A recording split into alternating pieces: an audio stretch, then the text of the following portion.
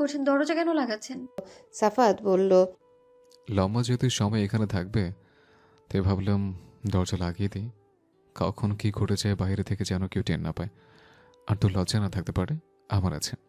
সাফাত এবার যেন একটু সিরিয়াস হলো, নূরের দিকে তাকিয়ে বলল। নূর, তুই কেন চাস না আমি বিয়ে করি? বল। নূর ওভাবে দুই হাত বুকে আড়াআড়ি করে বেঁধে আমতা আমতা করে বলল, আগে আমার প্রশ্নের উত্তর দিন। আপনি ভালোবাসেন কিনা আমায়? যদি সাবা আপুকে বিয়ে করবেন, তাকে ভালোবাসেন, তাহলে আমার সাথে এসব কেন করেন? আজকে এই প্রশ্নের উত্তর দিতেই হবে আপনাকে। সাফাত বলল, তার আগেও আমি তোকে একটা প্রশ্ন করেছিলাম, কেন তুই আমাকে অন্যদের কাজিনদের মতো বা ভাইয়ের নজরে দেখিস না? কেন আমি তোর সাথে এসব করার পরও তুই আমার নামে কারো কাছে নালিশ করিস না? কেন আমার অন্য কারোর সাথে বিয়ে হবে মানতে পারছিস না? তুই কি অনুভব করিস আমাকে নিয়ে? আমার স্পর্শ তোর জঘন্য লাগে না কেন? একটা মেয়ে কার স্পর্শে শিহরিত হয় জানিস? বলেছিলাম তুই তো নিজের মনকে প্রশ্ন কর। উত্তর পেয়েছিস নূর? ঘোর লাগা কণ্ঠে জানতে চাইলেও সাফাত। নূর এক দৃষ্টিতে তাকিয়ে রইল সাফাতের দিকে। নূর ভেতরে ভেতরে জানে উত্তর পেয়ে গেছে, কিন্তু মুখ ফুটে কিছু বলতে পারছে না। কেন লোকটি বুঝে নিচ্ছে না? এত কিছু বুঝে, এত বয়স হয়েছে, নূর একটা ছোট্ট মানুষ, কেন ওর মনের কথা বুঝতে পারে না সাফাত ভাই? নূরের খুব অভিমান হচ্ছে, এই যে নূর সাফাতের সবকিছুতে এত অধিকার খাটায়, এটা কি সাফাত ভাই বুঝতে পারে না? অভিমান হচ্ছে, বড্ড অভিমান হচ্ছে। কথা বলবে না নূর সাফাতের সাথে। ঠোঁট ফুলিয়ে অন্যদিকে তাকিয়ে রইল নূর। ও একটা ছোট্ট মেয়ে, ওকে কেন মুখ ফুটে বলতে হবে ভালোবাসি? উনি কি এটুকু বলতে পারে না? নূরের বুঝি ভালোবাসি বলতে লজ্জা লাগে না? নূর কি এতটাই নির্লজ্জ? মনে মনে ভাবতে লাগলো নূর। সাফাত দাঁত দিয়ে নিচের ঠোঁট কামড়ে তাকিয়ে রইল নূরের দিকে। এদিকে রুমে দরজা লাগিয়ে দেয়ালের সাথে চেপে ধরল সাইমন রিমাকে। রিমা বলল, কি করছো? কেউ দেখলে কি বলবে? সাইমন বলল, আগে আমার প্রশ্নের উত্তর দে, ভদ্র মানুষের মতো। তুই আমার ফোন কল এড়িয়ে চলছিস, আমাকে এড়িয়ে চলছিস। কি করছি আমি? তোর সাথে আমার কিছুই হয়নি, যতদূর আমার মনে পড়ে। গাজীপুর থেকে আসার পর এমন কি হয়ে গেল? কেন তুই এমন করছিস? কেন উত্তর দিস না কেন? কেন আমার আশেপাশে তোকে দেখি না? কেন আবার সবকিছু তুই গুছিয়ে নেস না এখন? রাগের বসে রিমার হাত দুটো চেপে ধরে কথাগুলো বলল সাইমন। রিমা রাগে ক্ষোভে বলল, পারবো না আমি। আমার ঠেকা পড়েনি তোমার এসব কাজ করার জন্য। যাও বিয়ে করো, গার্লফ্রেন্ড আছে তাকে দিয়ে করাও। সাইমন অবাক হয়ে গেল। বিয়ে করবে? গার্লফ্রেন্ড আছে? কি বলছে মেয়েটা? গার্লফ্রেন্ড কোথা থেকে পেল? আর বিয়েই বা কিভাবে হবে, যেখানে এখনো সাফাত ভাইয়েরই বিয়ে হয়নি, সেখানে সাইমনের তো বিয়ের বয়স হয়নি। অবাক হয়ে বলল, কার গার্লফ্রেন্ড? কিসের বিয়ে? কি আবল তাবল কথা বলছিস? গার্লফ্রেন্ড কোথায় পাবো? আর তোকে কে বললো আমার বিয়ে, আমার গার্লফ্রেন্ড আছে? হাওয়া হাওয়ায় কথা বাসে। আমি তো কোনোদিনও তোর মুখে এই কথা বলিনি। রিমা এবার সজোরে একটা ধাক্কা লাগালো সাইমনকে। বলল, এত কিছু আমি শুনতে চাই না। রুম থেকে বের হও, সবাই দেখলে খুব খারাপ হয়ে যাবে। এক্ষুনি যাও।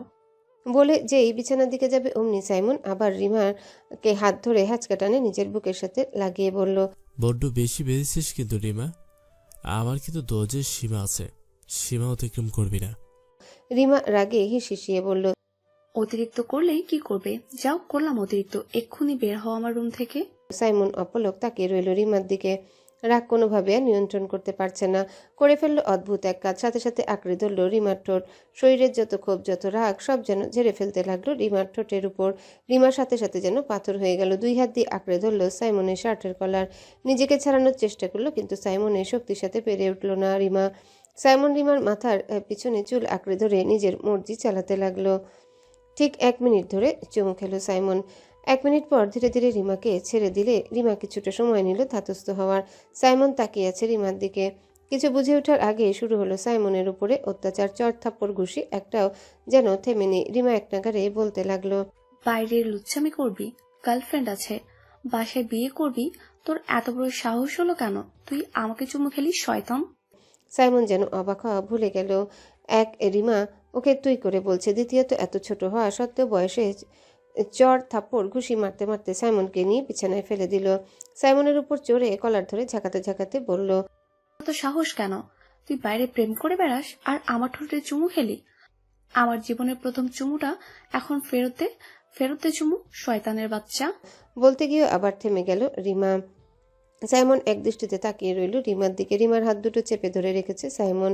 কিছুক্ষণ আগে রিমা বারবার এভাবে আক্রমণ করায় রিমাকে বিছানায় ফেলে দিয়ে রিমার উপরে হালকা ঝুঁকে হাত দুটো বিছানায় চেপে ধরে রেখেছে সাইমন। জোরে জোরে নিঃশ্বাস নিতে নিতে বলল, মেরে ফেলবি? তোকে তো আমি সহজ সরল মেয়ে মনে করছিলাম, তুই তো পুরো একটা ডাইনি। আর চুমু খেয়েছি, চুমু এখন কিভাবে ফেরত দেব আমি? ঠিক আছে, তারপরও তোর যেহেতু ফেরত লাগবে, চুমু ফেরত যা, এখনই দিয়ে দিচ্ছি। তুইও কি মনে রাখবি, আমি কোনোদিন কারোর কাছে ঋণী থাকি না, তোর কাছে ঋণীও থাকবো না। বলেই সাথে সাথে আবার রিমার ঠোঁট আঁকড়ে ধরল সাইমন। কষে একটা চুমু খেয়ে রিমাকে ছেড়ে দিল। রিমা যেন অবাক হতে ভুলে গেল। ফেরত দিতে বলেছিল কি মহা ভুলটাই না করেছে। রাগের মাথায় রিমা ও তো আরও এই সুযোগে আরও একটা খেয়ে বসলো। রিমা এবার ভ্যাভ্যা করে কেঁদে দিয়ে বলল, তুই আমাকে আবার চুমু খেলি? সাইমন এবার রিমার কানের কাছে ফিসফিস করে বলল, একদম কান্না করবি না, সবাই শুনে ফেলবে। আর সাহসে কি আছে এখানে? চুমু খেয়েছি, 101 বার খাবো। যখন আমার ইচ্ছে হবে তখন আমি খাবো। তোর সাথে তো আমি কথা বলতে এসেছিলাম, বারবার সময় দিয়েছিলাম, সুযোগ দিয়েছিলাম, তুই একটাও গ্রহণ করলি না। আর শুধু ভবিষ্যতে আমার কোনো বিয়েও হচ্ছে না। তবে এতটুকু শিওর থাকা, আমার সব কাজ তোকেই করতে হবে। তুই আগে করছিস, তাহলে এখন থেকে তোকেই করতে হবে। যদি খালি একবার বলিস তুই কাজ করতে পারবি না, তাহলে এইভাবে তোর মুখের উপর চুমুর বৃষ্টি হবে। বিছানায় শুয়ে আছে হুমায়ুন রহমান ও নওরিন আফরোজ। হুমায়ুন রহমান ভাবছেন ছেলের কথা, বিছানায় এপাশ ওপাশ করছেন, ঘুমোতে পারছেন না। নওরিন আফরোজ আমতা আমতা করে বলল, জেগে আছেন? একটি কথা বলতে চাইছিলাম। হুমায়ুন রহমান এমনি জেগেছিল তাই বলল। হ্যাঁ বলো, তুমি ঘুমাওনি কেন? নওরিন আফরোজ বলল, আপনিও তো ঘুমাননি। আচ্ছা, আপনার সাথে একটি গুরুত্বপূর্ণ কথা বলতে চাইছিলাম। জানি না কিভাবে বলবো। হুমায়ুন রহমান। নওরিন আফরোজ একটু মুচকি হাসলেন, হেসে বললেন, কলিজাকে নিয়ে, তাই অনুমতি নিয়ে কথা বলতে হয়। কলিজা মানে? কার কথা বলছো? রিমা নাকি নূর? জানতে চাইল হুমায়ুন রহমান। নূরের বিষয়ে বলতে চাচ্ছিলাম, অভয় দিলে বলতাম। হুমায়ুন রহমান বলল, ভূমিকা না করে বলো কি হয়েছে? আবার কি নালিশ নিয়ে এসেছে আমার কলিজাদের নামে? নওরিন আফরোজ বলল, এবার কোনো নালিশ নিয়ে আসিনি, সম্বন্ধ নিয়ে এসেছি। সোজা সাপটা কথা বলতে চাই। নূরকে আমার বাইরে দেওয়ার কোনো ইচ্ছে নেই। আমি চাই নূর আমার সাদাফের বউ হয়ে আমার ঘরে আসুক। হুমায়ুন রহমান এতটাই অবাক হলেন কিছু বলতে ভুলে গেলেন। সাথে সাথে বিছানায় চট করে উঠে বসলেন। বসে স্ত্রীর দিকে তাকিয়ে বললেন, কি বললে আরেকবার বলো তো? নওরিন আফরোজ আমতা আমতা করে বললেন, না মানে, আমি চাই নূর সাদাফের বউ হোক। আমি চাই না নূর অন্য কোনো বাড়িতে যাক। আমার বাড়ির মেয়ে আমার বাড়িতেই থাকুক। ভীষণ মায়াবী। ছোটবেলা থেকে আমি ওকে মেয়ের মতো মানুষ করেছি। আমার একদম সইবে না নূর অন্য কোনো বাড়ির বউ হলে। আর যেখানে আমার ছেলে বিয়ের উপযুক্ত আছে, সেখানে আমি অন্য কোনো জায়গায় কেন দিব আমার মেয়েকে? এদিকে ফজলুর রহমান গুরুতর চিন্তায় মগ্ন। ভাই কি বুঝাতে চাইলেন? সাফাত এখনো নূরকে চাইবে? কিভাবে চাইবে? যদি চায় তাহলে ফজলুর রহমান কি করবে? একমাত্র ভাইয়ের একমাত্র ছেলে, বংশের বড় ছেলে সাফাত যদি কোনো কিছু চেয়ে বসে ফজলুর রহমানের কাছে, উনি কি পারবে খালি হাতে ফেরাতে? কিন্তু নূর যে বড় অবুঝ আর ছোট, আর তাছাড়া সাফাত যে মুখ ফুটে বিয়ে করতে চাইলো, বলল পাত্রী ঠিক করা আছে। পাত্রীকে নাকি ওনারা সবাই চিনে। তাহলে আসলে কি বুঝাতে চাইলেন ভাই? এটা ভাবতে ভাবতেই ঘুমাতে পারল না ফজলুর রহমান। এদিকে দীর্ঘ সময় পানিতে ভিজে থাকার কারণে নূরের সারা শরীর কাঁপিয়ে জ্বর চলে এসেছে। সাফাত পড়ে গেছে মুশকিলে। দুষ্টুমি করতে গিয়ে মেয়েটার জ্বর বাঁধিয়ে দিল। অনেকক্ষণ ধরে চেষ্টা করছে নূরের জ্বর কমানোর জন্য, কিন্তু কেঁপে কেঁপে উঠছে মেয়েটা। সাদাব বুঝতে পারছে না কি করবে এই মুহূর্তে। রাতে সবাইকে ডাকতে গেলে সবাই অবাক হয়ে যাবে। নূর কেন এই রুমে এবং ভেজা অবস্থায় সবাইকে কি জবাব দিবে সাফাত? তাই সিদ্ধান্ত নিল কাউকে কিছু জানাবে না। সারা রাত নিজেই সেবা করবে। ভোর রাতের দিকে নূরকে রেখে আসবে নূরের রুমে। যেই ভাবনা সেই কাজ। একটা চাদর দিয়ে প্রথমে নূরকে কাভার করে দিল, তারপর আলমারি খুলে একটা শার্ট একটা ট্রাউজার বের করে রুমে দরজা লাগিয়ে দিল। ঘরের বাতি অফ করে দিল সাফাত। তারপর চাদরের নিচে একটু একটু করে নূরের জামাটা খোলার চেষ্টা করলো। ভাগ্যিস পিছনে চেন দেওয়া জামা ছিল। পিছনে চেন খুলে একটু একটু করে জামা পরিবর্তন করে দিল সাফাত। নূরের ড্রেস পরিবর্তন করে শুকনো টাওয়েল দিয়ে নূরকে সুন্দর করে মুছিয়ে দিয়ে আরও একটা কম্বল এনে নূরের গায়ে জড়িয়ে দিল সাফাত। নূরের কানে ফিসফিস করে বলল, আমাকে মাফ করে দিস। তোর অনুমতি ছাড়া তোকে ছুঁয়েছে, তোর ড্রেস পরিবর্তন করেছে, কিন্তু আমার অধিকার আছে তোর ওপর। নূরের ঠোঁটে হালকা করে একটা চুমু খেলো সাফাত। তারপর কানে ফিসফিস করে বলল, তুই কি শুনতে পাচ্ছিস নূর? আমি তোকে ভীষণ ভালোবাসি, যা বলে প্রকাশ করার ভাষা আমার নেই। তাই শুধু তোকে চেয়ে গেছে পাগলের মতো। আজ বলছে ভালোবাসি তোকে, ভীষণ ভালোবাসি নূর। এক আকাশ পরিমাণ বা এক সমুদ্র পরিমাণ পরিমাপ করতে পারবো না। শুধু জানি নিজের চেয়েও বেশি ভালোবাসি তোকে। রাত্রি প্রহর 2টা। সময় হু হু করে কেটে যাচ্ছে। নূরের জ্বর কোনোভাবে থামছে না। শরীর কাঁপুনি দিয়ে বারবার জ্বর আসছে। পরপর 2টা কম্বল দিয়ে নূরকে ঢেকে দিল। তারপরেও কাঁপুনি থামছে না। বাড়ির কাউকে জানাবে কি জানাবে না সেই চিন্তায় সাফাত ভাবলো, এই মুহূর্তে যদি বাড়ির কেউ জানে তাহলে বড় কেলেঙ্কারি হয়ে যাবে। এর চেয়ে ভালো নিজে থেকে কমানোর চেষ্টা করুক। এই মুহূর্তে তো আর তেমন কিছু করারও নেই। যা যা রেমেডি নেওয়া প্রয়োজন তা সবই গ্রহণ করেছে সাফাত। সাফাতের নিজের করা কাজের উপর নিজেই বিরক্ত হলো। একটুখানি শাস্তি দিতে চেয়েছিল মেয়েটাকে, কিন্তু এমন কিছু হয়ে যাবে বুঝতে পারেনি। অনুশোচনায় ভুগছে খুব। নূরের কপালে হাত দিয়ে দেখলো প্রচণ্ড জ্বর। নূর কাঁপছে, ঠোঁটগুলো তিত্তির করে কাঁপছে। কিছুক্ষণ আগে নূরকে জোর করে একটা বার স্যুপ এবং একটা নাপা খাইয়ে দিয়েছিল সাফাত। এখনো জ্বর কমছে না। ভাবলো একটু পরে কমে যাবে। ওষুধের প্রভাব শুরু হতে একটু সময় লাগবে। সাফাত নূরের কাঁপুনি দেখে বিছানায় উঠে বসলো। বসে নূরকে খুব ধীরে ধীরে নিজের কোলে নিয়ে কোনো মতে বুকের সাথে চেপে ধরে নিজের শরীরের উষ্ণতা দিতে লাগলো। মানুষের শরীরের তাপমাত্রা 2টি কম্বলের চাইতে অনেক বেশি হবে সেই চিন্তা করে নিজের গায়ের সাথে নূরকে জড়িয়ে ধরে রাখলো। সাফাতের শরীর যেন মনে হচ্ছে কেউ আগুন জ্বালিয়ে দিয়েছে, পুড়ে যাচ্ছে সারা শরীর। নূরের গরম উষ্ণ নিঃশ্বাস সাফাতের বুকটা যেন ঝলসে দিচ্ছে। তারপরও পরম স্নেহের সাথে নূরকে বুকে জড়িয়ে মাথায় হাত বুলিয়ে দিচ্ছে, মাঝে মধ্যে কপালে চুমু এঁকে দিচ্ছে সাফাত। নূর বিড়বিড় করে কিছু একটা বলছে। সাফাত নূরের মুখের কাছে কান নিয়ে গেল শুনতে। নূরের বিড়বিড় করে বলা কথা সাফাত শুনতে না পারে আর একটু ঝুঁকলো। ঠিক নূরের ঠোঁটের কাছে কান নিয়ে যেতে নূরের উষ্ণ গরম ঠোঁটের স্পর্শ পেল সাফাত। সাথে সাথে শিহরিত হলো সাফাত। গায়ে প্রত্যেকটা লোমকূপ যেন দাঁড়িয়ে গেল। হঠাৎ নূর সাফাতকে এত কাছে পেয়ে জড়িয়ে ধরলো। জড়িয়ে ধরে পাগলের মতো সাফাতের গালে গলায় বুকে চুমু খেতে লাগলো, বলতে লাগলো, আপনি শুধু আমার, আপনি অন্য কারো না। আপনি বিয়ে করলে কিন্তু আমি আপনার বউকে মেরে ফেলবো। আপনার কেন বিয়ে করতে হবে সাদা ভাই? আমি আছি না? এই যে আপনার ছোট্ট নূর আপনাকে কত ভালোবাসে। আপনার কেন বিয়ে করতে হবে? বলে আবারও সাফাতকে চুমু খেতে লাগলো নূর। একদিকে সাফাতের উপর চলছে নূরের ভালোবাসার উষ্ণ পরশ, তার উপরে এই বোকা কথা। সাফাত হাসবে নাকি শিহরিত হবে নিজেই ভুলে গেল। কিছুক্ষণ বাদে নূরের হাত শিথিল হলো। ধীরে ধীরে সাফাতকে ছেড়ে আবার সাফাতের বুকে মাথা মুখ গুজে দিয়ে জোরে জোরে হাঁপাতে লাগলো। নূরের তপ্তসার সাফাতের বুক যেন এফোর ওফোর করে দিচ্ছে। তারপরে সাফাত দাঁত দিয়ে ঠোঁট চেপে রেখে নিজেকে নিয়ন্ত্রণ করে নূরকে সারা রাত নিজের বুকের সাথে চেপে রাখলো। ভোর 5টা। ধীরে ধীরে সাফাত দেখলো নূরের শরীর থেকে ঘাম ছুটছে, তার মানে জ্বর ছাড়ছে। এদিকে সাফাত ঘেমে জুবুথুবু অবস্থা নূরের শরীরের উষ্ণতার জন্যে। নূরকে কোনো মতে সাফাত আস্তে করে বিছানায় শুয়ে দিল। তারপর টি শার্টটা খুলে ফ্রেশ হয়ে আবার আসলো নূরের কাছে। একটা শুকনো টাওয়েল এনে নূরের সারা শরীর সুন্দর করে মুছে দিল। কম্বলটা নূরের গায়ে থেকে সরিয়ে দিল। ভোর 5টা। সাফাত নূরকে কোলে তুলে নিল। নূরের মুখটার দিকে তাকে একটু মুচকি হাসলো সাফাত। নূরের পরনে সাফাতের একটা টি শার্ট এবং একটা ট্রাউজার, যা ছোট্ট নূরের শরীরের তুলনায় অনেক বড় এবং ঢিলা ঢালা। নূরকে দেখে কেমন হাসি পাচ্ছে সাফাদের।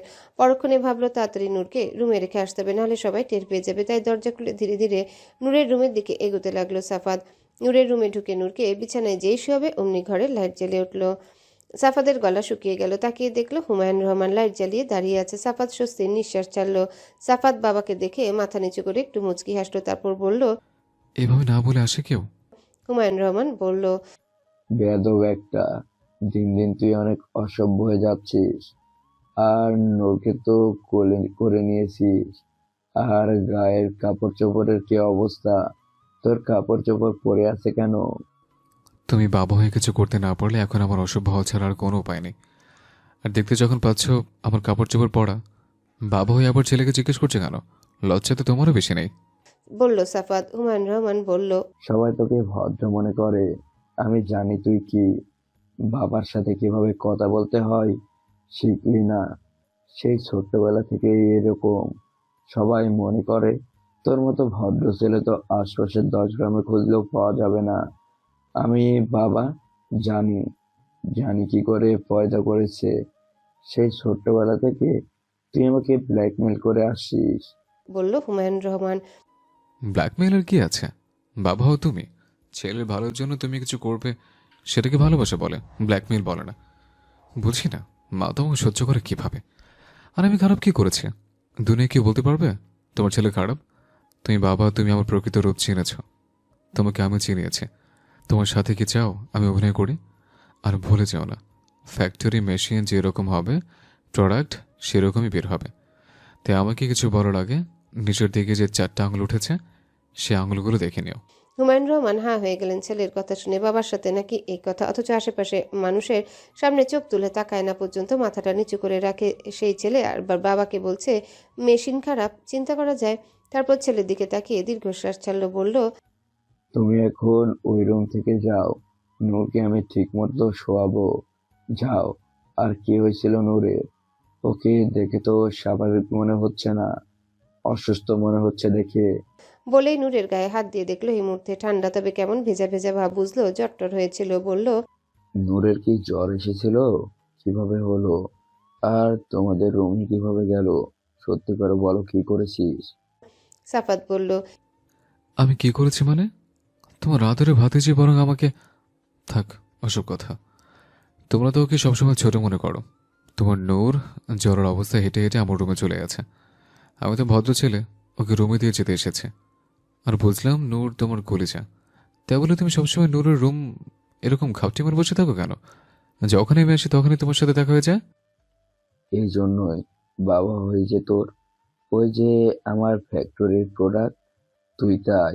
সেজন্য জানি এখানে আসলে তোকে খুঁজে পাওয়া যাবে। আর খবরদার, নূরকে নিয়েও একটা বাজে কথা বলবি না। এদিকে রিমা নিজের রুমে বিছানায় ছটফট করছে, সারা রাত ঘুমাতে পারছে না। কি হয়ে গেল, কি কাণ্ড ঘটিয়ে ফেললো সাইমন? বেলা মুখ দেখাবে কি করে? রাগের মাথায় চট থাপ্পড় দিয়ে তো রুম থেকে বের করে দিয়েছে, কিন্তু সকাল হলে সবার সামনে কিভাবে মুখ দেখাবে? লজ্জায় সারা শরীর কাঁপতে লাগলো রিমার। এদিকে সাইমনেরও সেম অবস্থা, ঝোঁকের মাথায় একটা কাণ্ড তো ঘটিয়ে ফেলেছে। কেন করলো এই কাজ এখনও জানে না। সবসময় তো বন্ধুর মতো বোনের মতোই মিশেছে, হঠাৎ কি এমন হয়ে গেল? ঠাসঠুস করে চুমু খেয়ে বসলো। সাইমনের লজ্জা লাগছে, কপাল ঘেমে চুয়ে চুয়ে ঘাম বেরোচ্ছে। টেবিল চেয়ারে বসে আছে, বিছানায় যেতেই পারছে না, ছটফট করছে সাইমন। মনে মনে ভাবছে, সকাল হলে না জানি ডাইনিটা কি করে, আল্লাহ জানে। মনের ভিতর কেমন দূর দূর করছে। রিমার দিকে তাকাবে বা কি করে? সম্পর্কটা যে এখন একটু অন্যরকম হয়ে গেল। এতদিন তো চাচাতো বোন ছিল, বন্ধুর মতো ছিল, কালকে থেকে কেমন হবে সম্পর্ক? কিভাবে মোকাবেলা করবে রিমার বুঝতে পারছে না সাইমন। পরের দিন সকাল নূর পিটপিট করে চোখ খুললো, খুলে দেখলো পাশে বসে আছে নওরিন আফরোজ, আর নূরের জন্য খাবার রেডি করছে সামিহা বেগম। খাটের ওপাশে দাঁড়িয়ে আছে ফজলুর রহমান ও হুমায়ুন রহমান। রিমা দাঁড়িয়ে আছে পায়ের কাছে। সাইমন রুমে নেই, সাফাদও রুমে নেই। সাইমনের জরুরি একটা ক্লাস আছে, তাই যেতে হয়েছে। আর সাফাদের ভীষণ জরুরি মিটিং আছে, তাই আজ ফজলুর রহমান আর হুমায়ুন রহমান যায়নি, সাফাতকে পাঠিয়েছে। সাফাত যেতে চাচ্ছিল না, আমতা আমতা করছিল, কিন্তু সাফাত না গেলে হবে না। যেহেতু সিইও হয়েছে কোম্পানির, তাই সাফাতকেই যেতে হবে। নূরের শরীর ভীষণ ব্যথা এবং দুর্বল লাগছে। নওরিন আফরোজ সাহায্য করলো নূরকে একটু উঠে বসার জন্যে। ওষুধ খেতে হবে, তাই নওরিন আফরোজ সামিয়ার দিকে তাকিয়ে বললেন, তাড়াতাড়ি নিয়ে আয়, আর ও ওষুধগুলোর সাথে করে নিয়ে আয়। একদিনে কি অবস্থা হয়েছে মেয়েটার, পুরো কাহিল হয়ে গিয়েছে। এমন কিভাবে জ্বর বাঁধালি বলতো? হুমায়ুন রহমান সাথে সাথে একটু কেসে দিলেন। মনে মনে ভাবলেন, কি করে যে জ্বর বাঁধালো, এটা যদি জানতো সবাই, তাহলে সাদাবের কি অবস্থা হবে সবার সামনে। তাই তিনি চুপ করে থাকায় শ্রেয় মনে করলেন। উনি যে রাতে জানতে নূরের এই অবস্থা কাউকে বললেন না। হুমায়ুন রহমানের ফোনে হঠাৎ টুংটাং শব্দ হতে ফোনের স্ক্রিনে তাকিয়ে দেখলো সাফাত ফোন করেছে। এই নিয়ে অফিসে যাওয়ার পর থেকে 10 বার ফোন করে ফেলেছে। ফোন দিয়ে একই কথা নূরের অবস্থা কেমন? বলতে বলতে টায়ার্ড হয়ে গেছে হুমায়ুন রহমান। ফোনটা নিয়ে চুপচাপ রুম থেকে বের হয়ে একটু দূরে গিয়ে ফোন ধরে বলল, কি হয়েছে? বারবার ফোন করছিস কেন? এপাশ থেকে সাদা বলে উঠল, ফোন করছি কেন মানে? জানো না কেন ফোন করেছে? নূরের অবস্থা কি এখন? হুমায়ুন রহমান বিরক্ত হয়ে বলল, 9 বার ফোন দিয়েছিস, এই নিয়ে 10 বার। একই কথা বারবার বলছি। অবস্থা এখন আগের চেয়ে ভালো, তবুও দুর্বল। এইমাত্র ঘুম থেকে উঠেছে। নতুন খবর জানতে পেলাম, ফোন না করলে কি জানতে পারতাম? ওই মাত্র ঘুম থেকে উঠেছে। ওকে ওষুধ খাইয়েছো, খাবার খাইয়েছো? জানতে চাইল সাফাত। শোন সাদাব, আমি কিন্তু ওর বাবা ঠিকই আছে। আমি ওর খেয়াল রাখবো, বাড়ির সবাই ওর খেয়াল রাখবে। তুই একা পাগল হয়ে যাস না। বলল হুমায়ুন রহমান। সাফাত বলল, হ্যাঁ হ্যাঁ, জানি জানি তুমি ওর বাবা, সবাই আত্মীয় স্বজন, কিন্তু কেউ তো আর আমি না। যাই হোক, জরুরি মিটিংয়ে আছে, ভালো করে খোঁজখবর রেখো, নাহলে কিন্তু আমি মিটিং ছেড়ে চলে আসবো বলছে। বাবা মাফ কর, তুই মিটিংটা একটু শান্তিতে কর। আমি যে এই রুমের ভিতর ঢুকবো আর সারাদিন রুম থেকে বের হব না, সারাদিন নিজে ওর খেয়াল রাখবো। এবার খুশি? কি খেয়ে যে তোকে পয়দা করেছিলাম আল্লাহ জানে। এরকম নির্লজ্জ ছেলে আমি কোথাও দেখিনি। আমার আমাদের বাবার চোখে চোখে কথা বলতে পারিনি, আর তুই কিনা নির্লজ্জদের মতো বলছিস নূরের খেয়াল রাখতে। না হলে তুই চলে আসবি।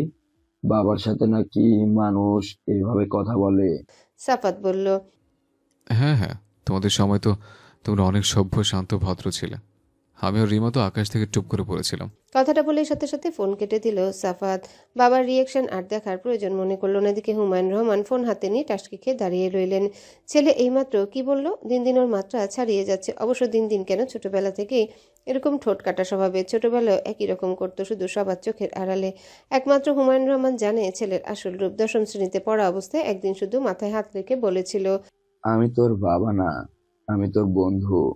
মনে যে কি কোনো কথা আছে? দুনিয়ার কাউকে বলার প্রয়োজন নেই তোর। সমস্ত কিছু তুই আমাকে বলবি।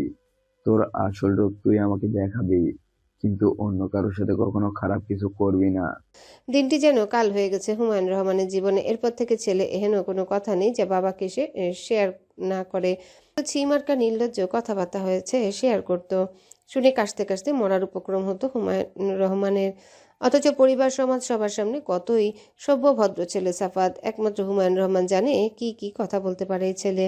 ওর মা যদি কোনোদিনও জানতে পারে নিজের জন্ম নিয়ে কি ধরনের কথা এইমাত্র বলল, তার আদরের ছেলে সাফাত লজ্জায় শেষ হয়ে যেত। দুপুরে লাঞ্চ টাইম পার হয়ে গেছে, এখনো বাসায় ফিরতে পারেনি সাফাত।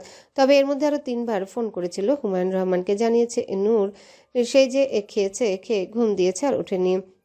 এদিকে সাইমন নিজের রুমে ওয়াশরুমে গোসল করছে আর চিন্তা করছে আজকে 2বার ফোন দিয়েছে বেয়াদবটাকে। বেয়াদব ফোন একবারও রিসিভ করেনি। করেনি ঘরে একটা কাজ করে যায়নি। বিছানাটা এখনো অগোছালো হয়ে আছে। এদিকে রিমা এতক্ষণ নূরের সাথে ছিল। নূর ঘুম থেকে উঠছে না, তাই গেল নিজের রুমে ফ্রেশ হওয়ার জন্য। গিয়ে দেখলো 2বার মোবাইল ফোনে এসেছে। শয়তানটার ফোন এসেছে, ভাবলো ভালোই হয়েছে, ফোনের কাছে ছিল না, থাকলেও ধরতো না। ফোনটা রেখে রিমা গেল গোসল করতে। ওয়াশরুমে ঢুকে আয়না নিজের চেহারা দেখতে হঠাৎ গতকালের রাতের কথা মনে পড়ে ঠোঁটে একটা আঙ্গুল দিয়ে বুলাতে বুলাতে ভাবতে লাগলো গতকালকের দৃশ্য। সারা শরীর শিহরিত হলো রিমার। সাথে সাথে চোখ খুলে ফেললো রিমা। মনে মনে রাগ করলো ভীষণ সাইমনের উপরে। কেন এমন করলো?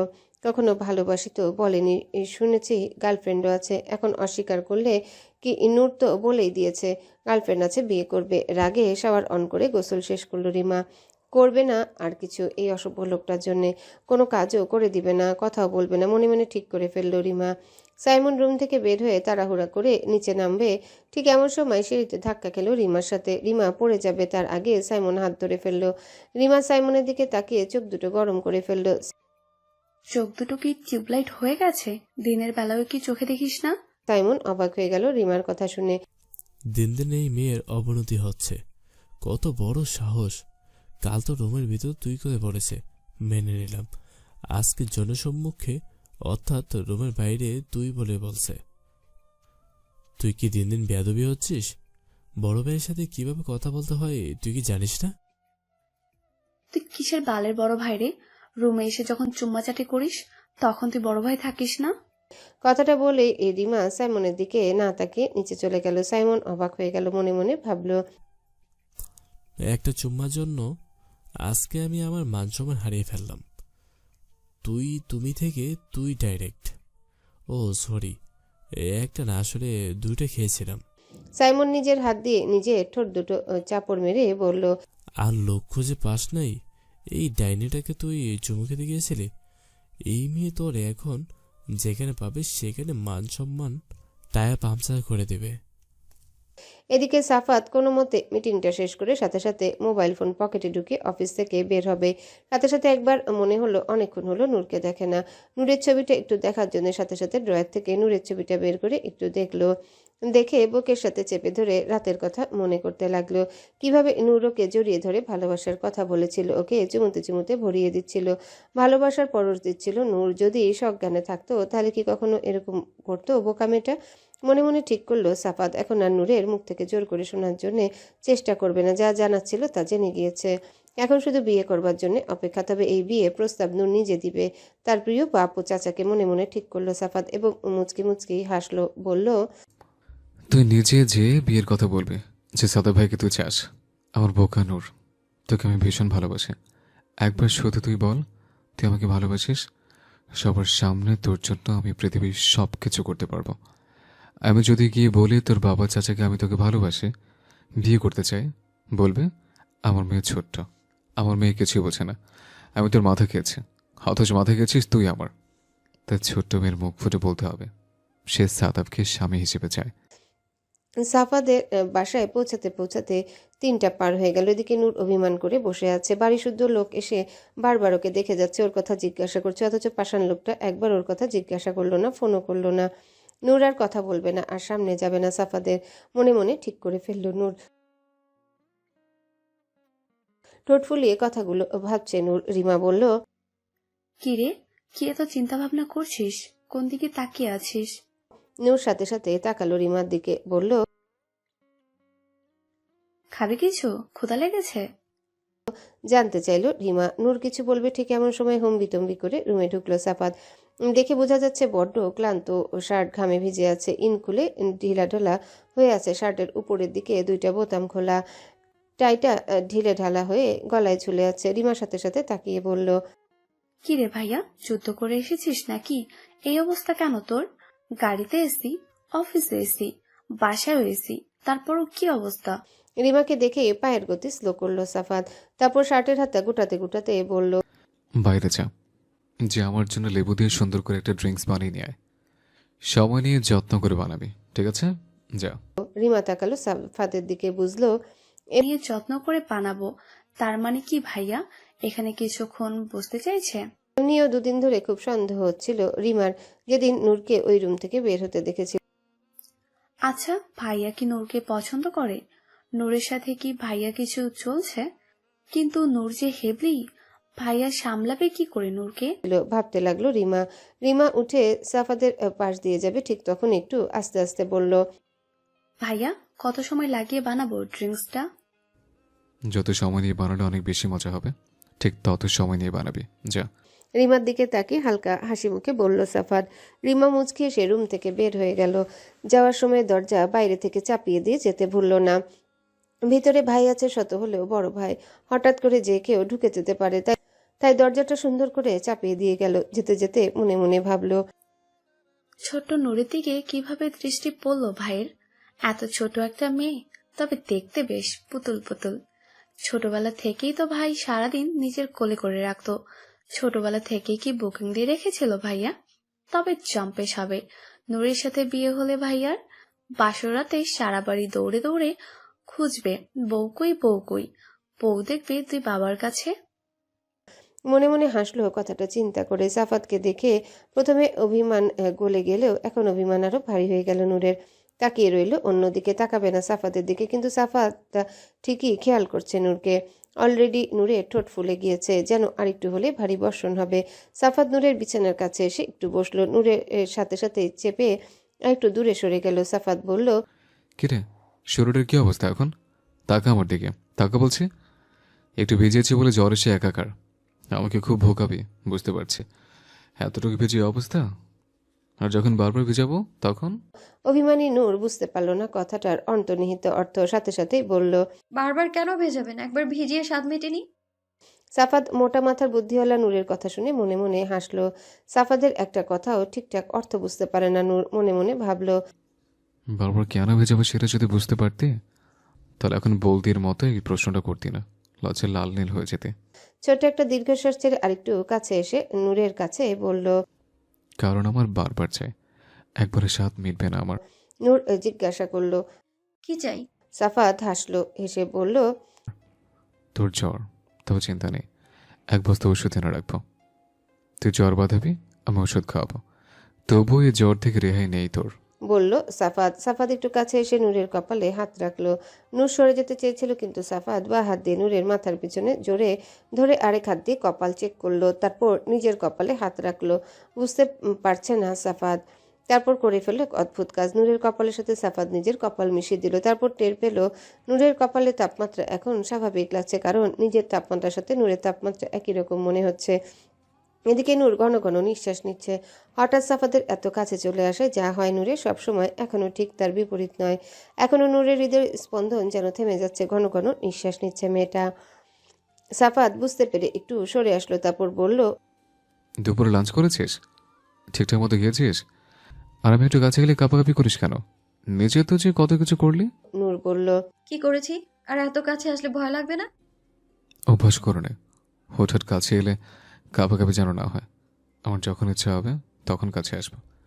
আর আমি এখনো লাঞ্চ করিনি, খাবো। আমার সাথে এখন একসাথে বসে খাবি। বলল সাফাত। নূর যেন একটু লজ্জায় পেল, বলল, আমি খেয়েছি তো। সাফাত ভালো করে জানে নূর খেয়েছে, সেই খবর নেওয়া হয়ে গেছে। তারপরে সাফাত বলল, কি খেয়েছিস না খেয়েছিস সেটা তো আমি চোখে দেখিনি। এখন আমার চোখের সামনে বসে দেখে খাবি। আমি যা যা খাবো তুই তাই তাই খাবি। এই রুমেই বসে খাবো, এই রুমেই বসে খাবো। আমি খাবার আনতে বলেছে। আমার এখন খেতে ইচ্ছে করছে না, পেট ভরা। আর মুখে তো একটুও রুচি নেই। আমার সাথে খেলে রুচি বাড়বে, তারপরেও যদি না বাড়ে চাপড়ে মুখে রুচি বাড়িয়ে দেব। অথবা তুই চাইলে অন্য কোনো উপায়ে রুচি বাড়ানোর ব্যবস্থা করব। বলল সাফাত। নূর ভয় আর কিছু বলতে পারল না। এমন সময় শরবত নিয়ে হাজির রিমা। রুমে ঢুকতে ঢুকতে হালকা একটু কেশে তারপর রুমে দরজা খুলে ঢুকলো, আর সাথে সাথেই শরবত রাখলো। রেখে যেই না কিছু বলবে তার আগে সাফাত আবার অর্ডার করলো। যা উপরে খাবার নিয়ে আয়, আমি আর নূর খাবো। রিমা মনে মনে ভাবলো, আবার খাবার আনতে যাব? এবারও কি সময় নিয়ে খাবার নিয়ে আসবো? আমতা আমতা করে জিজ্ঞাসা করলো। ভাইয়া, কত সময় লাগায় খাবার আনবো? সাফাত বলল, পেটের ভিতরে খোদা ইঁদুরগুলো কিলবিল করছে। ঠিক দৌড়ে যাবি আর দৌড়ে আসবি, 5 মিনিটের মধ্যে খাবার নিয়ে আসবি। ওকে। বলেই রিমা আবার রুম থেকে বের হয়ে গেল। বের হয়ে যেতে যেতে মনে মনে ভাবলো, বাহ, প্রেম করবে বড় ভাই আর ছোট বোন খাবার শরবত নিয়ে বারবার রুমে হানা দেবে, আর ছোট বলে কোনো মূল্য পেলাম না। রান্নাঘরে টুকটাক কাজের আওয়াজ পেতে সামিয়া বেগম রান্নাঘরে আসলেন, বললেন, কি রে, এই অসময়ে তুই খাবার বাড়ছিস কার জন্য? রিমা আমতা আমতা করে বলল। ওই না, আসলে ভাইয়া এসেছে তো। সামিয়া বেগম বলল। ও, তাহলে 2 প্লেট কেন? রিমা মাথা চুলকে বলল, আসলে ভাইয়া নূরের রুমে বসে খাবে, নূরকেও খাওয়াবে তাই। সামিয়া বেগম শুনে খুব খুশি হয়ে গেলেন। নূর দুপুরে শুধু একটু স্যুপ খেয়েছিল, আর কিছু খায়নি, খাওয়াতেও পারেনি। সামিয়া বেগম বলল। তাহলে তুই সর, পারবি না, আমি দিয়ে আসছি। রিমার সাথে সাথে বলে উঠল, না না ছোট আম্মু, আমি নিয়ে যেতে পারবো। ভাইয়া যদি দেখে তোমাকে আমি এই সময় কাজ করিয়েছি, ভাববে আমি তোমাকে রুম থেকে ডেকে নিয়ে কাজ করিয়েছি। প্লিজ আমি নিয়ে যাই, তুমি এক কাজ করো, বেড়ে দাও, আমি নিয়ে যাই। সামিয়া বেগম বলল, আচ্ছা ঠিক আছে, বলেই খাবার বাড়তে লাগলো। রিমা মনে মনে ভাবলো, যাক বাবা, এবার বেঁচেছি। না জানি ছোট আম্মুর রুমে গিয়ে কি না কি অবস্থায় পেত, মান সম্মান একেবারে শেষ হয়ে যেত ভাইয়া। এদিকে হুমায়ুন রহমান বারবার ফোনের দিকে তাকিয়ে দেখছে। এখনো পর্যন্ত সাদাব ফোন দিল না কেন? কি সমস্যা? উনি এখনো জানে না সাদাব এখন রুমে, মানে নূরের রুমে অবস্থান করছে। তাই নিজের রুম থেকে বের হয়ে একটু এদিক ওদিক দেখার চেষ্টা করলো। হঠাৎ দেখলো রিমা খাবার নিয়ে নূরের রুমের দিকে যাচ্ছে। এগিয়ে এসে বলল, কি রে মা, খাবার নিয়ে নূরের রুমে যাচ্ছিস যে?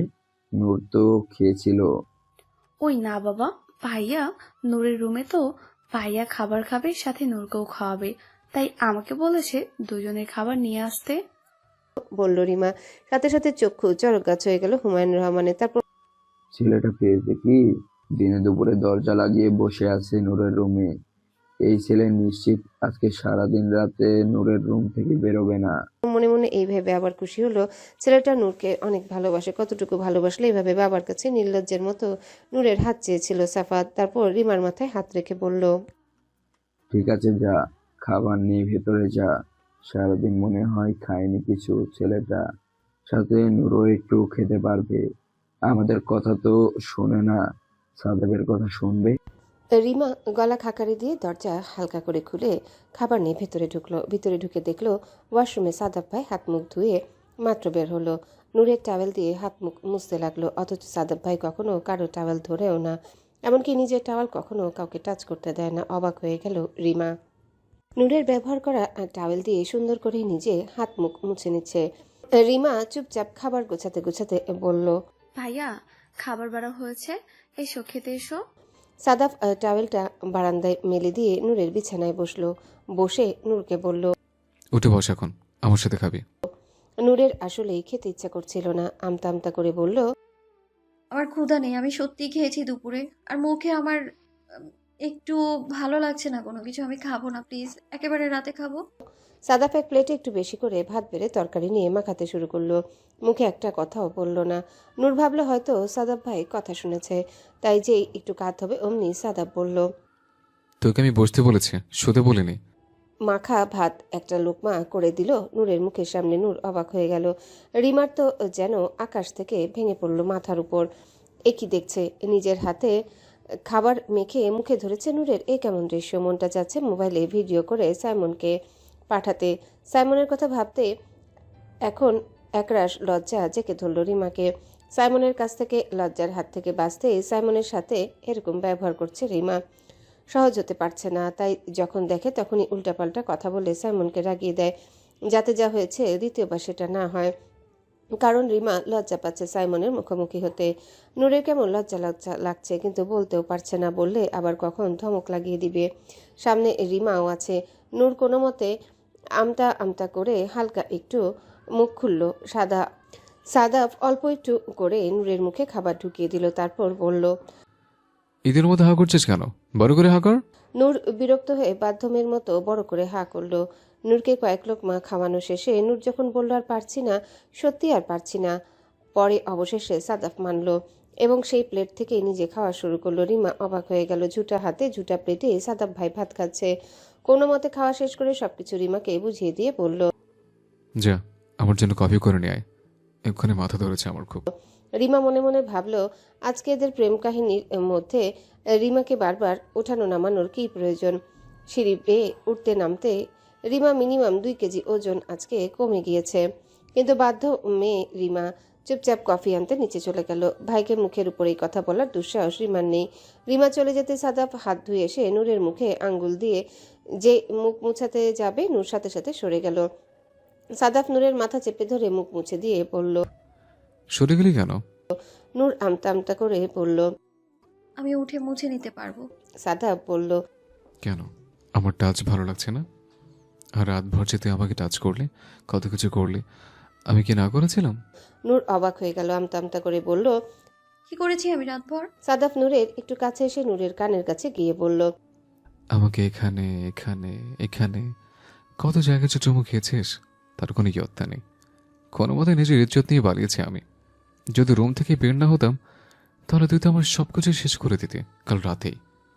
তোকে তো আমি ভালো মেয়ে মনে করেছিলাম, কিন্তু তুই তলে তলে যে এত বাজে সেটা তো আমি জানতাম না। নূর লজ্জায় 2 হাতে নিজের কান চেপে ধরল। রিমা কফি নিতে আবারও নিচে যাওয়ায় দেখা হলো নওরিন আফরোজের সাথে। নওরিন আফরোজ সাইমনকে খাবার বেড়ে খাওয়াচ্ছিলেন। সাইমন রিমার দিকে তাকিয়ে বলল, তোকে কতগুলো ফোন দিয়েছিলাম, তুই ফোন রিসিভ করিসনি কেন? রিমা অবাক হয়ে গেল। মায়ের সামনে সাইমনের বলা কথাটিতে আমতা আমতা করে বলল, আমার তো মোবাইল সাথে ছিল না, আমি নূরের রুমে ছিলাম। সাইমন জানতো একমাত্র বড় আম্মুর সামনে জিজ্ঞাসা করলেও কোনো হুমড়িতুমড়ি করতে পারবে না, তাই সুযোগ বুঝে বড় আম্মুর সামনে জিজ্ঞাসা করেছে। পরে বিশ্বাস হলো রিমার কথায়। হাতে কফি মগ দেখে বুঝতে পারলো ওই রুমেই যাচ্ছে, তাই বলল, দাঁড়া, আমিও যাব, আমার জন্য আরেক মগ কফি নিয়ে যা। রিমা মনে মনে বিরক্ত হলো, খুব চিন্তা করলো। আম্মুর সামনে দেখে তুই বেঁচে গেলি, না হলে তোকে কি করতাম। অবশ্য মুখে কিছুই বলল না, চুপচাপ রান্নাঘরে গিয়ে আরেক মগ কফি নিয়ে হনহনিয়ে সিঁড়ি বেয়ে উপরের দিকে গেল। সাইমনের খাওয়া শেষ হয়ে গিয়েছিল প্রায়। খাবার খেয়ে উঠে বলল, আমি একটু উপরে যাচ্ছি, নূরকে দেখে আসি। ঠিক আছে বড় আম্মু? নওরিন আফরোজ বলল, ঠিক আছে, যা গিয়ে দেখ নূরের কি অবস্থা। সারাদিন তো বাইরে ছিলি, বোনটার তো কোনো খোঁজ খবরই নিতে পারিসনি। এদিকে ফজলুর রহমান ও হুমায়ুন রহমান দুই ভাই এলেন বিকালে একটু চা নাস্তা করবেন। ফজলুর রহমানের দিকে তাকিয়ে হুমায়ুনুর রহমান বললেন, কিরে, জ্বর এসেছে নূরের? তোর মুখটা এত শুকনো শুকনো লাগছে কেন? তোর কি আবার জ্বর আসবে নাকি? ওই মাথায় একটু ব্যথা করছিল বিকাল থেকে, তাই তো চা খাওয়ার জন্য এলাম।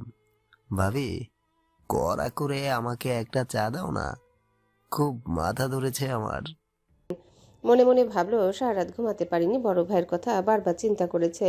সাদাফের কথা চিন্তা করেছে। সাদাফের কথা মনে হতেই ফজলুর রহমান নওরিন আফরোজকে বললেন, ভাবি, সাদাব কোথায়? সারাদিন দেখলাম না ছেলেটাকে। নওরিন সাদা মনে বলল, ও তো নূরের রুমে, এসেই তো নূরের রুমে বসেছে, আর বের হয়নি। খাওয়া দাওয়াও সব ওই রুমেই করেছে। হুমায়ুন রহমান আর ফজলুর রহমানের দিকে তাকালেন না। পেপার পড়া বাহানায় নিচের দিকে তাকিয়ে রইলেন। ফজলুর রহমান বড় ভাইয়ের দিকে একবার তাকালেন। ভাইয়ের এই নজর লুকানোর চেষ্টা, এটা নতুন কিছু না। তারপর মনে মনে ভাবলেন, অফিস থেকে এসেই সাদাব সোজা নূরের রুমে গিয়েছে, এখনো বের হয়নি। প্রায় তো ঘন্টা 2 হয়ে গিয়েছে। কি করছে ছেলেটা ওইখানে? একটু গিয়ে দেখে আসলে বরং কেমন হয়। সারাদিন ছেলেটা একা একা অফিস করলো, এসে আবার নূরের সেবায় লেগে গেল। পরে ভাবল, থাক, আগে চা খেয়ে নেই। ফজলুর রহমান কোনোভাবে ভুলতে পারছে না বড় ভাইয়ের বলা কথাটা। সাদাব যদি নূরকে চেয়ে বসে, আচ্ছা কি করবে ফজলুর রহমান যদি সত্যি তার সাদাব তার নূরকে চেয়ে বসে? ছোটবেলা তো ওর হাতে তুলে দিয়ে বলেছিল, প্রমিস করে বলছি, নূরকে দিয়ে দিলাম। এখন কি সেই প্রমিস রাখবে নাকি বলবে? তুই বড় হয়েছিস, এখন নূরকে দেওয়া যাবে না। কিন্তু এটা কি সম্ভব? সাদাফের দিকে তাকিয়ে বলবে যে না, নূরকে দেওয়া সম্ভব না। আর না করবে বা কেন? শুধুমাত্র নূর ছোট বলে? অনেক বড় চিন্তায় পড়ে গেলেন ফজলুর রহমান। তবে একমাত্র সাদাব যদি নূরকে চেয়ে বসে, তখন হয়তো নূর আর কখনো এই বাড়ি থেকে যাবে না, সারা জীবন এই বাড়িতেই থাকবে। ব্যাপারটা কি খুব মন্দ হয়? মেয়েটা সারা জীবন চোখের সামনে থাকবে। রিমা কফি নিয়ে ঢুকলো নূরের রুমে। দেখলো সাদাফ আলমারি খুলে কিছু একটা করছে। নূর জড়সড় হয়ে বিছানায় বসে আছে। রিমা এগিয়ে গিয়ে সাদাফের পিছনে দাঁড়িয়ে বলল, ভাইয়া, কিছু খুঁজছো? কিছু লাগবে আমাকে বলো, আমি খুঁজে বের করে দিচ্ছি। সাদা একটা কুর্তি পাজামা একটা স্কার্ফ বের করে রিমার হাতে দিয়ে বলল, ওকে ওয়াশরুমে নিয়ে ফ্রেশ করে ড্রেসটা পরে বের হতে বল। আমি রুমে যাচ্ছি। রুম হয়ে ফ্রেশ হয়ে বের হব। আজকে একটু বিকেলে আমরা সবাই ঘুরতে যাব। জ্বর শরীরে বাইরে বের হলে একটু ভালো লাগবে, ফ্রেশ লাগবে। রিমা কথাটা শোনা মাত্রই সাথে সাথে খুশি হয়ে গেল। তারপর বলল, ভাইয়া, আমরা কুড়িল যাব কেমন? সাদাফ রিমার মাথায় হাত রেখে বলল, ঠিক আছে, এখন যা, মহারানীকে রেডি করিয়ে দে তাড়াতাড়ি। আমি ফ্রেশ হয়ে বের হচ্ছে। নূর বিছানায় বসে তাকিয়ে রইল সাদাফের দিকে। এতক্ষণ কি ছি মার্কা কথাগুলো বলছিল, আর এখন কি সুন্দর ঘুরতে যাবে, বেড়াতে যাবে বলছে। অবশ্য ভালোই হবে, অনেকদিন ধরে কোথাও বেড়াতে যায় না নূর। সাথে সাথে রুমে ঢুকলো। সাইমন ঢুকে শুনলো বেড়াতে যাওয়ার কথা। সাইমন বলল, আমাকে রেখে কোথায় যাওয়ার প্ল্যান হচ্ছে? আমি কিন্তু এমনি এমনি যাব, না বললেও যাব। তারপর হেঁটে বিছানার কাছে এসে নূরের পাশে বসে নূরের কাঁধে হাত রেখে বলল, কি রে বনু, জ্বর কিভাবে বাদালি? সবাইকে কি দুশ্চিন্তায় না ফেলাইছিলি? বলে ঘাড় ঘুরিয়ে তাকালো রিমার দিকে। রিমা ওর দিকে রক্তচক্ষু করে তাকিয়ে আছে। সাথে সাথে বলল, আমার কফি কই? কফি দিয়েছে এখানে। বড় বাড়িতে কোনো সম্মান তো করিসনি, কফি নিয়ে দাঁড়িয়ে আছিস বেয়াদবের মতো। এখন কি আমি হেঁটে হেঁটে আসবো কফি নিতে?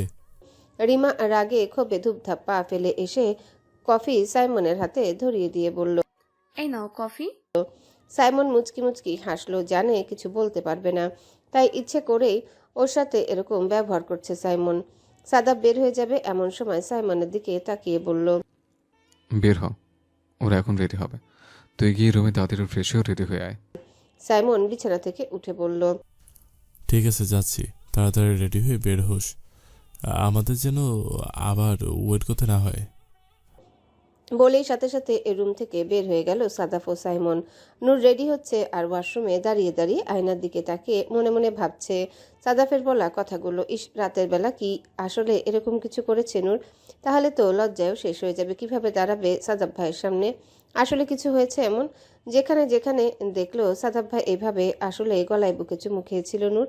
ছি নূর, এতটা খারাপ কিভাবে হতে পারলো? অবচেতন মনে ওর ভেতরে কি আসলে ওগুলো ছিল? ভাবনার মধ্যে রিমা ওয়াশরুমের দরজার ওপার থেকে জোরে জোরে বলছে। নূর বলল। এই তো আসছি, আর 1 মিনিট। নিচে বসে চা খাচ্ছিল হুমায়ুন রহমান ও ফজলুর রহমান। সাদাফ আর সাইমনকে নামতে দেখে হুমায়ুন রহমান বলল। এসেছে রাজপুত্র দুজন, বস তাহলে চা খাওয়া যাক। সাদাফ অ্যাজ ইউজুয়াল ভদ্র ছেলে, কোনো রা শব্দ করলো না। সাইমনের চাবি রিং হাতে নিয়ে ঝাঁকাতে ঝাঁকাতে বলল। এখন আমরা খাবো না, আমরা উপরে কফি গিয়েছি, আর আমরা এখন একটু ঘুরতে বেরোবো, আমি, রিমা, নূর আর সাদাফ ভাইয়া। সাথে সাথেই তাকালো ফজলুর রহমান সাদাফের দিকে। ফজলুর রহমানের মাথায় রাত থেকে ঘুরছিল বারবার সাদাফের কথা। আজকে সাদাফের দিকে তাকালো। অবশ্যই এই দৃষ্টি শুধু ভাইয়ের ছেলের মতো নয়, অন্য দৃষ্টিতে তাকিয়ে দেখলো সাদাফের দিকে। মনে মনে অনেক কিছুই চলছে ফজলুর রহমানের, কিন্তু মুখে আর কিছু প্রকাশ করলো না। চোখ ঘুরিয়ে তাকিয়ে দেখলো নূর এবং রিমা রেডি হয়ে ওদের পিছু পিছু আসছে। নওরিন আফরোজ বলল। কখন তোরা প্ল্যান করলি রে ঘুরতে যাবি? আমাদের তো কিছু বললিও না। ভাই বোন উপরে বসে কখন যে কি প্ল্যান করে ফেলিস কিছু বলাও যায় না। বাইরে যাবি যা, একজন কিন্তু জ্বর বাঁধিয়ে বসে আছে, বাকিরাও কিন্তু বাঁধাস না। তাড়াতাড়ি ফিরে আসিস, রাতে কিন্তু বাসায় খেতে হবে, মনে রাখিস। সবার সাথে কথা শেষ করে বের হয়ে গেল চারজন। হুমায়ুন রহমান তাকিয়ে রইলেন ছেলের যাওয়ার পানের সাথে, ফজলুর রহমানও। কিন্তু কেউ কারোর দিকে তাকিয়ে আর কোনো কথাই বলছেন না, যেন একজন আরেকজনের থেকে চোখ এড়ানোর চেষ্টা। পরের দিন সকালে রিমা কারো সাথে কোনো কথা না বলে কলেজের উদ্দেশ্যে বের হয়ে গেছে। সাইমন আজও রিমাকে খুঁজে পেল না নাস্তার টেবিলে।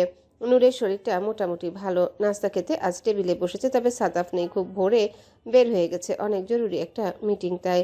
নূরের কেন যেন আজকে মন ঠিক ছিল না। নাস্তার টেবিলে হালকা কিছু খেয়ে উপরে উঠে গেল। গতকাল বিকালে বেরিয়ে আসার পর থেকে সাদাফ নূরকে একটু এড়িয়ে চলছে, বুঝতে পারছে না কেন। সাইমন কলেজ কম্পাউন্ডের বাইরে দাঁড়িয়ে আছে রিমার জন্যে। হঠাৎ দূর থেকে দেখলো রিমা কয়েকটা ছেলের সাথে কথা বলছে। মেজাজ সপ্তম আকাশে চলল সাইমনের। ওর সাথে তো ঠিক মতো কথাও বলে না, ফোন দিলে হ্যাঁ হুঁ বলে, ফোন রেখে দেয়। অথচ ছেলেগুলির সাথে কত হেসে হেসে কথা বলছে।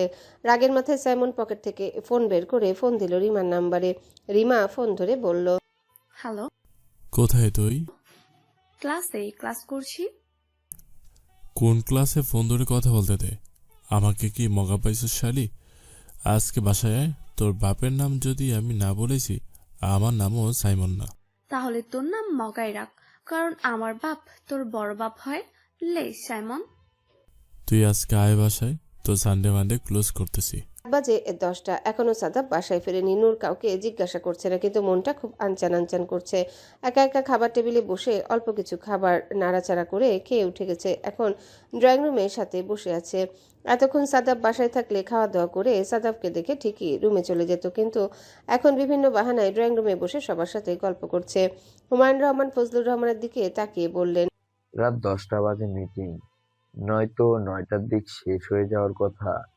এত সময় হলো, ছেলেটা এখনো বাসায় আসছে না, চিন্তার বিষয়। ফজলুর রহমান বলল। হ্যাঁ ভাইয়া, ঠিকই বলেছ। বাসা থেকে তো অফিস বেশি দূরে না।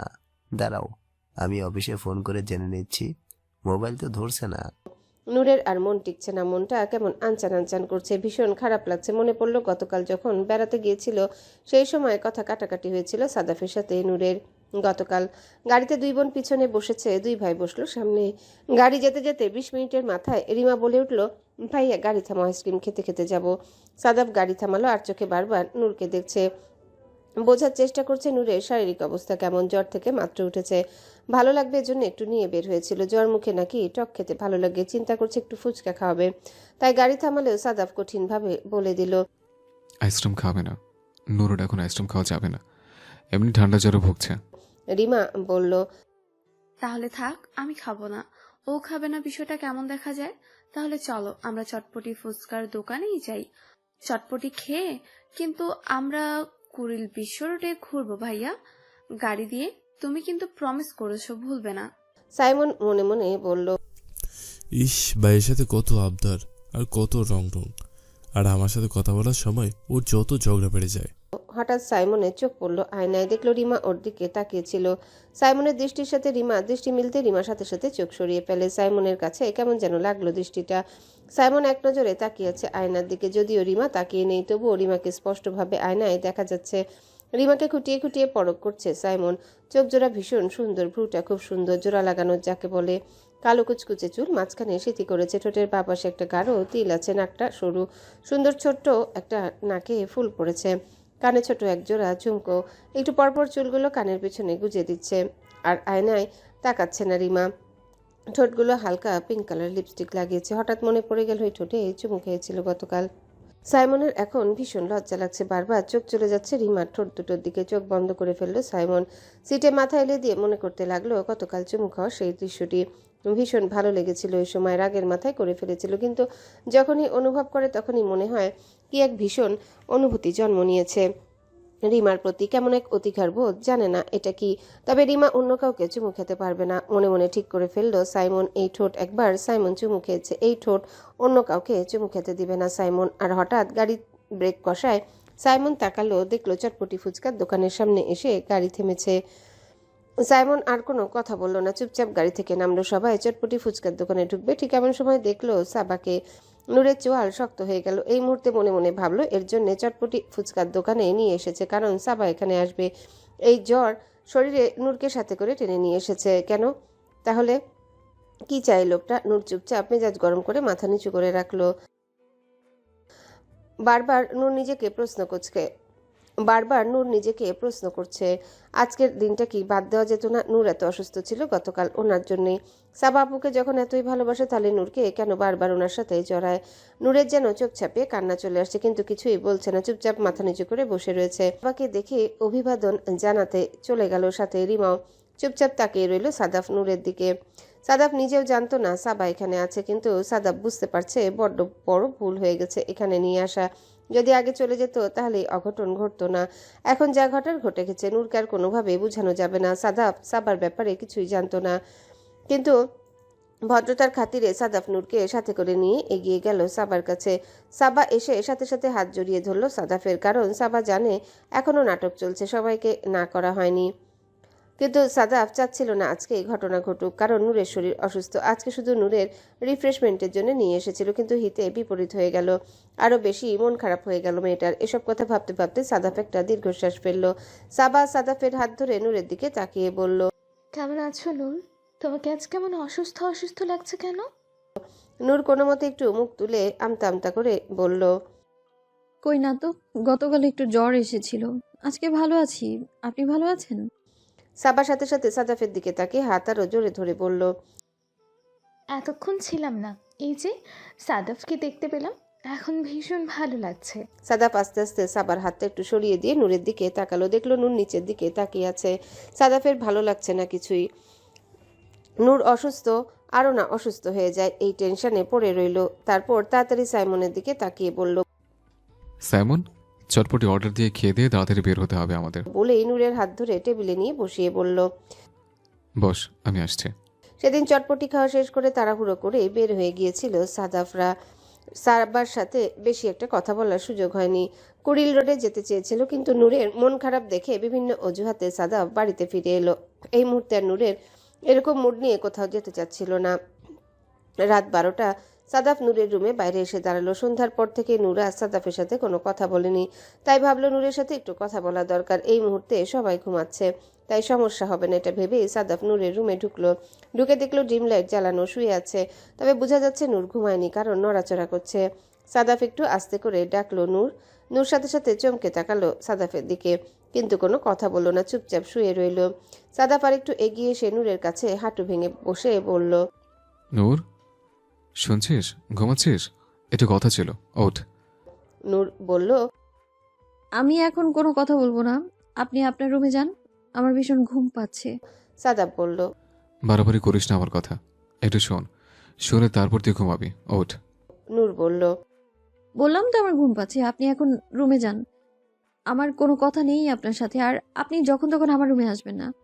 নূর আজকে সাদাব ভাইয়ের সাথে খারাপ ব্যবহার করবে, ভীষণ খারাপ ব্যবহার করবে।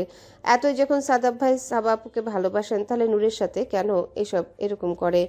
নূর আর এগুলো কখনো প্রশ্রয় দিবে না, এগুলো মেনেও নিবে না। সাদাব বিরক্ত হয়ে নূরের হাত ধরে যেই নূরকে টেনে তুলবে অমনি নূর দুই হাত দিয়ে ইচ্ছে মতো শরীরে, বুকে, গলায় সাদাফের আঁচড় কাটতে লাগলো হাতের নখ দিয়ে। আঁচড় কাটা শেষে বলল, বললাম তো আমার আপনার সাথে কোনো কথা নেই, আর আমার রুমে আসবেন না আপনি, এখন যান, বেরিয়ে যান। সাদাফের গলা, বুক ভীষণ জ্বলছে সব, কিন্তু ভাবলো এই মুহূর্তে বেরিয়ে না গেলে মেয়েটা আরো চিৎকার চেঁচামেচি করবে, বিষয়টা খারাপ দেখাবে, তাই বলল, পরে কথা হবে তোর সাথে। আর এই দাগগুলো চেনে রাখিস, এতে হিসেব বাকি রইল, পরে তোকে সুদ সহ ফেরত দেব। বলেই হনহনিয়ে রুম থেকে বের হয়ে গেল সাদাফ। গলা, বুকে ভীষণ জ্বলছে, হাত দিয়ে কাটা ক্ষত দাগগুলো দেখছে বর্তমান। এসব ভাবতে ভাবতে নূর বারবার দরজার দিকে তাকাতে লাগলো। এখনো সাদাফ ভাই আসছে না। 10টা পার হয়ে 10:30 বেজে গেল। এখন তো সাবার খুব টেনশন হচ্ছে। অফিস থেকে জানানো হয়েছে সাদাফ আরও 1 ঘন্টা আগে বের হয়ে গেছে। সাইমন সিদ্ধান্ত নিল গাড়ি নিয়ে বের হবে, পুরো বাড়ি থেকে অফিসের রাস্তা পর্যন্ত দেখবে সাদাফ ভাই কোথায় গেছে। যেই উঠে দাঁড়ালো অমনি খোলা দরজা দিয়ে ভিতরে প্রবেশ করলো সাদাফ। সবাইকে এত রাতে নিচে একসাথে দেখে সাদাফ বুঝতে পারলো ফিরে না আসায় সবাই অপেক্ষা করছিল, তাই এসে বলল, রাস্তা আজকে প্রচুর জ্যাম, তাই দেরি হয়ে গেল।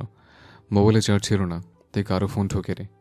নূরের দিকে একবার সাদাফ আর চোখে তাকালো, দেখলো নূর ওখানে বসে আছে, তার মানে ওর জন্যই অপেক্ষা করছিল। কিন্তু নূরকে পাত্তা না দিয়ে সরাসরি চলে গেল হুমায়ুন রহমানের কাছে, বলল, ছোট বাবাকে বল তার মেয়ে আমাকে বিয়ে করতে চায়। হুমায়ুন রহমান ভাবলো, না জানি কি বোম ফাটাবে ছেলেটা। ফজলুর রহমান অবাক হয়ে গেলেন। এসেই বাবাকে নিয়ে গেলে? কথা আছে? কি এমন কথা আছে আমাদের সামনে বলা যেত না? টেনশনে পড়ে গেলেন ফজলুর রহমান। হুমায়ুন রহমান রুমের ভেতরে ঢুকতে সাদাফ রুমে দরজা লাগিয়ে দিল। তারপর এক মুহূর্ত সময় ব্যয় না করে বাবার সামনে এসে দাঁড়িয়ে বলল, হুমায়ুন রহমান অবাক হয়ে তাকালেন সাদাফের দিকে, বলল, কি নূর, তোকে বিয়ে করতে চাই? তোকে দেখলে তো খরগোশের মতো নেতিয়ে থাকে মেয়েটি। তোমার খরগোশের মধ্যে ভীত মেয়েটি আমাকে একা পেলে জঙ্গলি বিড়ালের মতো হয়ে যায়। দেখবে কি করেছে আমি আঁচড় কেটে। শার্ট খোলার ভান ধরে বলল সাদাফ। থাম বেয়াদব ছেলে, বাপ হই তোর, একটু তো লজ্জা কর। কি এমন করছিস যে ওই ভীতু মেয়েটাকে তোকে আঁচড় কাটলো? তোকে জন্ম দিয়ে যে পাপ করেছি তা এই জন্মে আর মোচন হবে না। বাবার সাথে কথা শেষ করে সাদাফ হাত মুখ ধুয়ে ফ্রেশ হয়ে নিচে খাওয়ার জন্য আসলো। যদিও সবার খাওয়া শেষ, কিন্তু সবাই আগে থেকে ড্রয়িং রুমে ছিল, নূরও গেল না। নূর চুপচাপ ড্রয়িং রুমে বসে রইল। রিমা সবার কাছ থেকে বিদায় নিয়ে উপরে চলে গেল, ওর প্রজেক্টে কিছু কাজ আছে, সেটা শেষ করতে হবে। সাইমন মনে মনে প্ল্যান করছে, তুই প্রজেক্টের কাজ শেষ কর, কাজ শেষ হলে আমি তোকে ধরছি। তুই অনেকবার বেড়েছিস, আজকে এটা কমাতে হবে। ফোন দিলে কথা বলে না, সামনে গেলে কথা বলে না ঠিকঠাক মতো। কি পেয়েছিস? মেয়েটা সাইমনের কি কোনো দাম নেই? আজকে হাড়ে হাড়ে টের পাবে সাইমন কত দামি। সাদাফ টেবিলে বসে খাচ্ছে, পাশে বসে আছে নওরিন আফরোজ। সামিহা বেগম রান্নাঘরে সবকিছু গুছিয়ে রাখছে। নূর এদিক সেদিক তাকিয়ে দেখার চেষ্টা করছে আর চোখে সাদাফকে, কিন্তু সাদাফ কোনো পাত্তাই দিচ্ছে না আজকে। নূরের ভীষণ মন খারাপ করছে। এমন করছে কেন সাদাফ ভাই? না হলে রাগের বশে একটু আঁচড় কেটেছে? কি এমন হয়ে গিয়েছে? এই বড় দেহটা নিয়ে ছোট্ট নূরের একটু আঁচড়কে সহ্য করতে পারে না? বুকে এক পাহাড় সমান অভিমান জড়ো হতে থাকলো নূরের।